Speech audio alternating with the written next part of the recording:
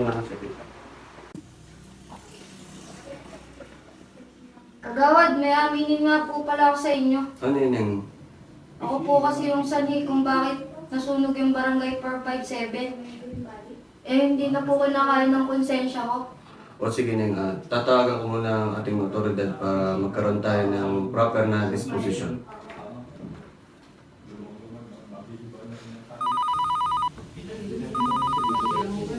Hello, Police Station 4. Ako si Kagawad William Lim ng Barangay 351. Meron ditong isang kababaihan na nagpunta sa aking opisina.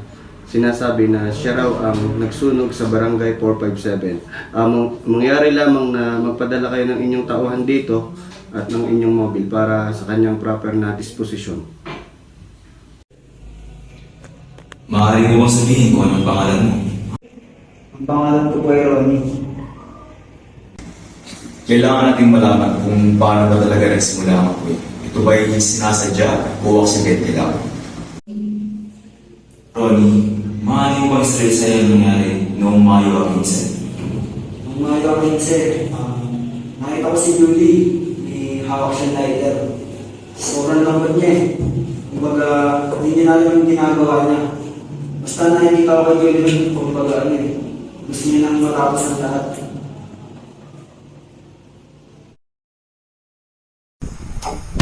Ano yun?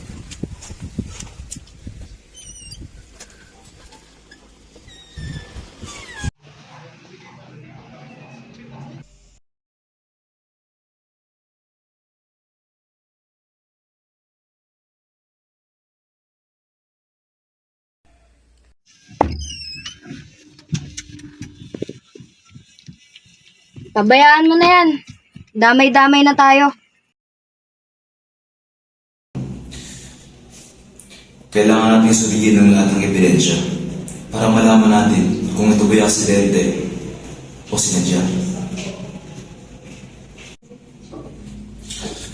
Ronnie, maraming salamat sa pagbibigay mo ng oras.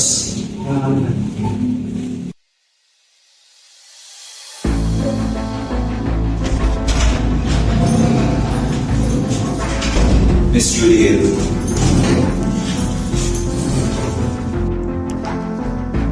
nasaan ka nung Mayo 15, alas 3 hanggang alas 5 ng hapon? Sa boarding house po. At sino-sino mga kasama mo nung araw na yun? Si Ronnie po. Kasama ko sa boarding house. Maaari mo isa-isa ikaw ang nangyari ng araw na yun. Balisang-balisa ako. Iniwan kasi ako ni training. Lasing na lasing ako. Nangyari, binuhusan ko ng kerosene yung kwarto. May hawak akong lighter. Sobrang balisa ako, nabuksan ko yung lighter. Nagliyab yung boarding house. Eh, nandun si Ronnie, nakikita niya yung nangyari. Takot si Ronnie.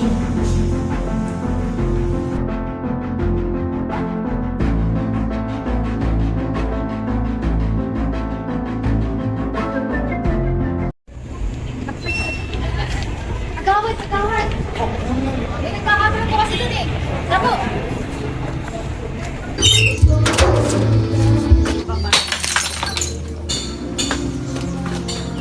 Ano nangyari sa'yo, Julie? Uminahan ka nga! Pakialam! Ang gusto yan! Nalulunod ako! Julie, isip-isip ka! Hindi biro ang gagawin mo! Isipin mo muna lang mga 10 beses! Hindi birong kaso yan! Wala kang pakialam! Magugulo at nalulunod ako!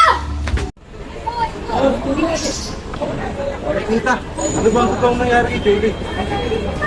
Nako, si Julie, kahapon pa yun nagiinom. Lasing na lasing. Pinadalhan kasi siya ng kalibing partner niya. May problema sila. Nakikipag-break na. Nagbanta po kasi si Julie na magugulo at manununog. Damay-damay na daw po buong kapitbahay. Naku, kagawad. Di yun totoo. Hayaan mo, kakausapin ko na lang ulit yung anak ko. Siya, sige, alin tita, kakausapin ko na lang ulit si Julie. Sige, kagawad, salamat.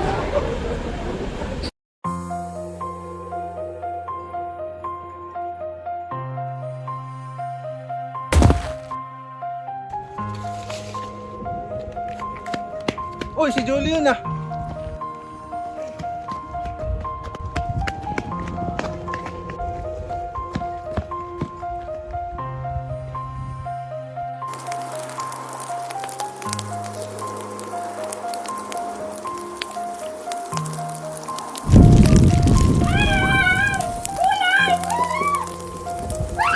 Tulong!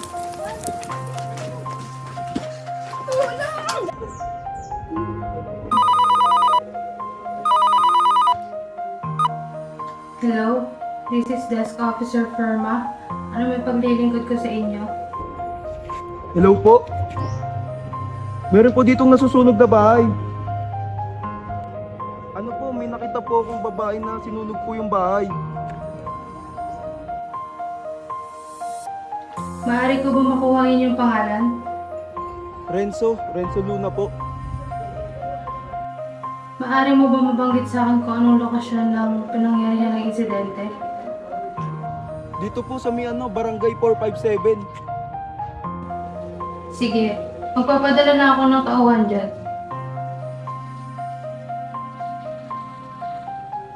Hello, Miss Inocencio. May nangyaring insidente sa Barangay 457. Ikaw na rumesponde doon.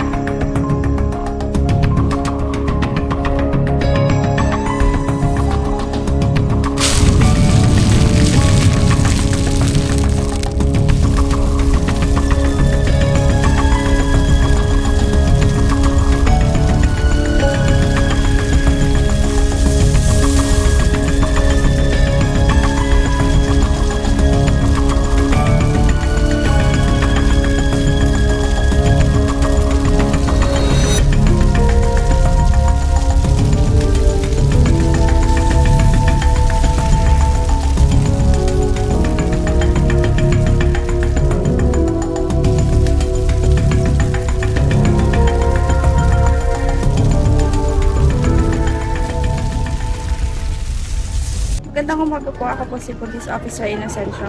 Ano pong pangalan niya, sir? Renzo Luna po. Ano pong nangyari dito po? Meron po akong nakitang babae na sinunog po yung bahay.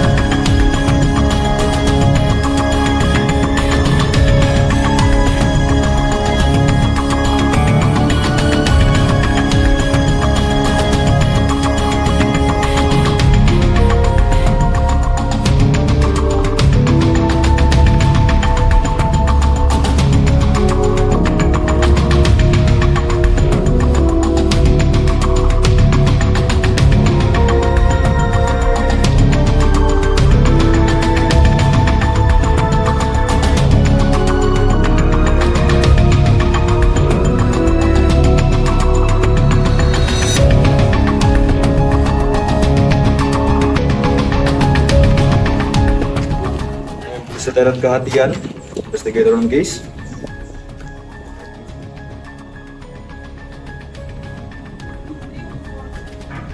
So, walk through mo ako sa nangyari sa film na to.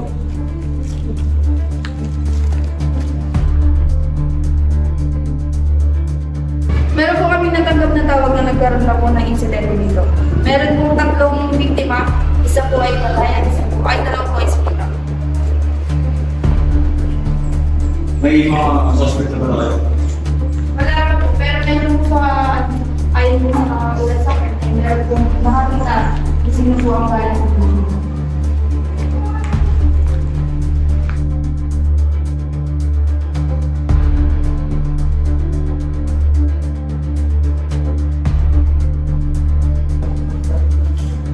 Kailangan nating malaman kung sino ang gumawa nito.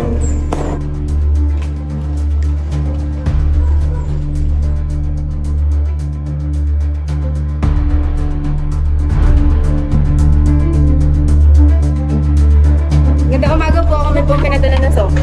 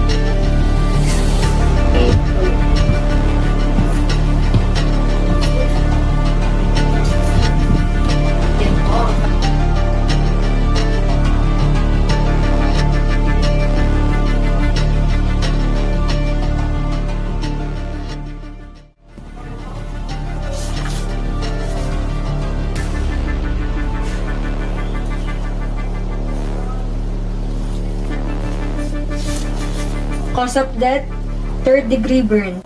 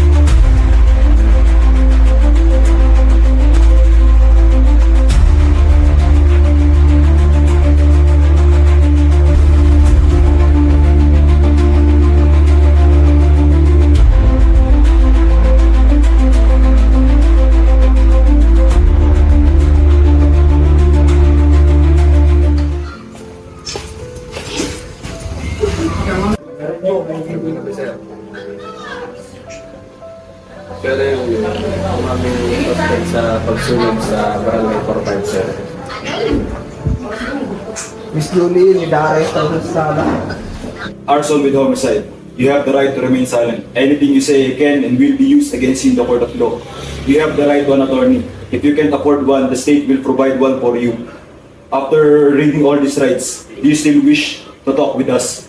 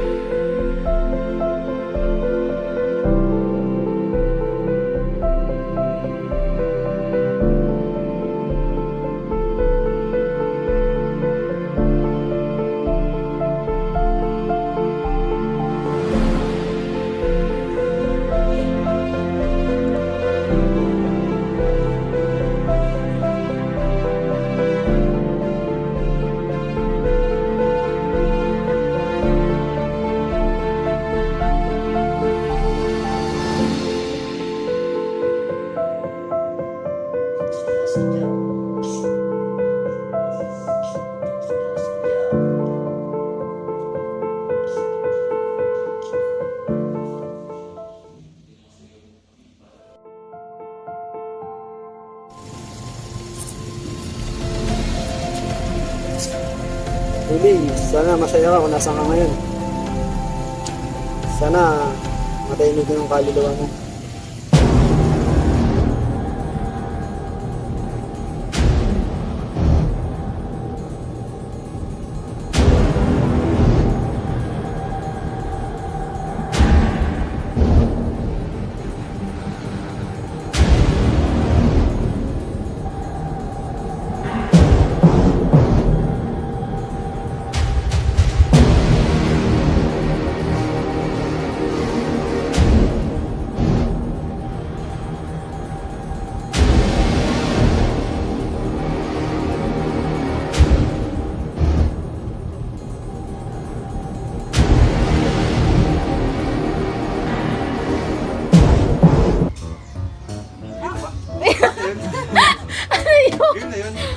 Yung ano?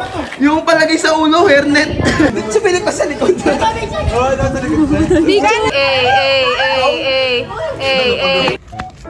Uy, si Renzo yan ah. Judy, huwag mo na ituloy yung